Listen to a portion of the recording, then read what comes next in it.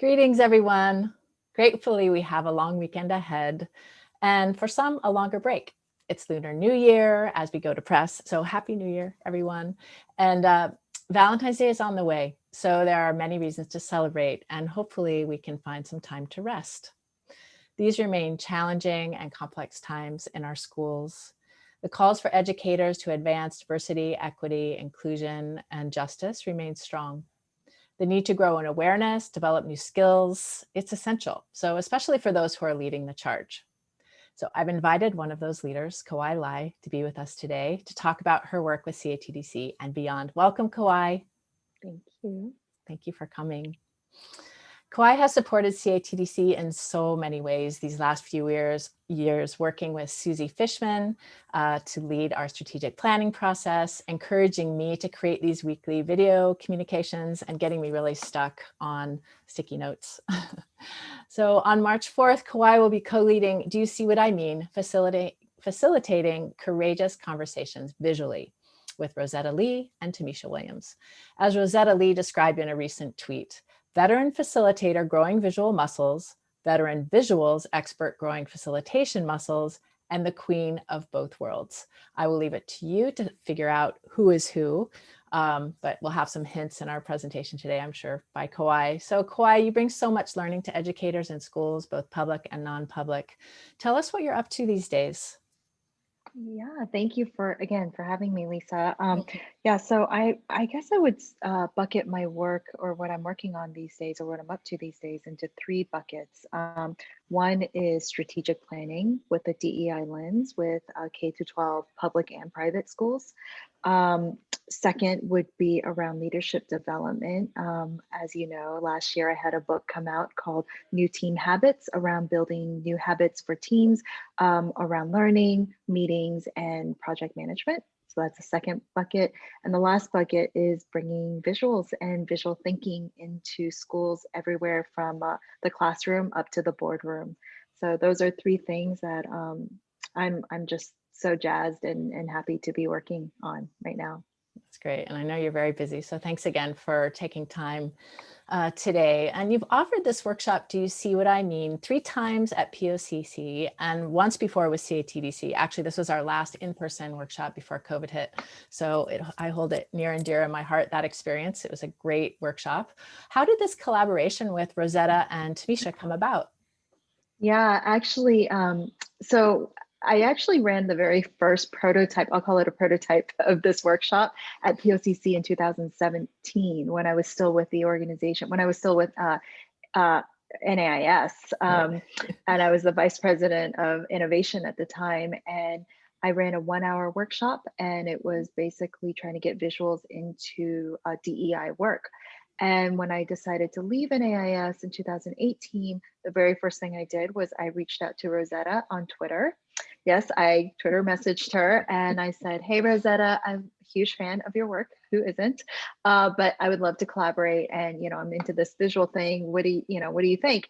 And so that was the birth of this this session. The first time Rosetta and I ran it together was in 2018 at POCC that winter. And Tamisha was actually a participant. She was our star participant. She had like taken a red eye, into the because I think at that time she was coming from California all the way. I think it was Tennessee, maybe. I forget where it was in 2018.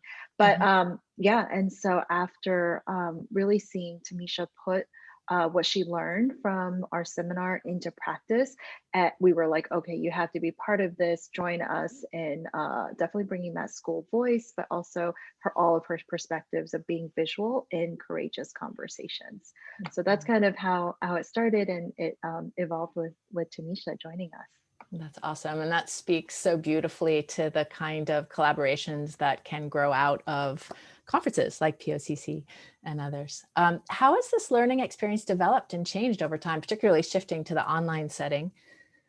Yeah, I mean, well, interesting enough, if you attended our sessions in the past in person, we would basically have all these things on the wall, right? Whether it's chart paper, Post-its, it was almost kind of like a fourth facilitator, fourth co-facilitator with us.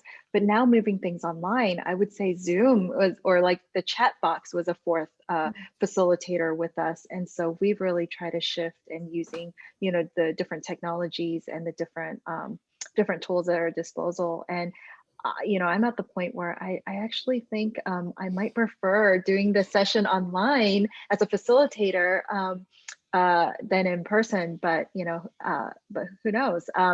The other thing I will say in terms of evolution of this session, we've had over 450 people take this workshop, and every single time we run this workshop, we get new ideas and we get crowdsourced, you know, perspectives, and we update the toolkit, we update the workshop based on all of that. So really, it's not just our ideas; it's over 450 educators and DEI practitioners out there. That's great. And that's a growing number. Yeah, we hope. Can you talk about your own experience with bringing a visual component to Courageous Conversations in your work or beyond? Yeah, yeah.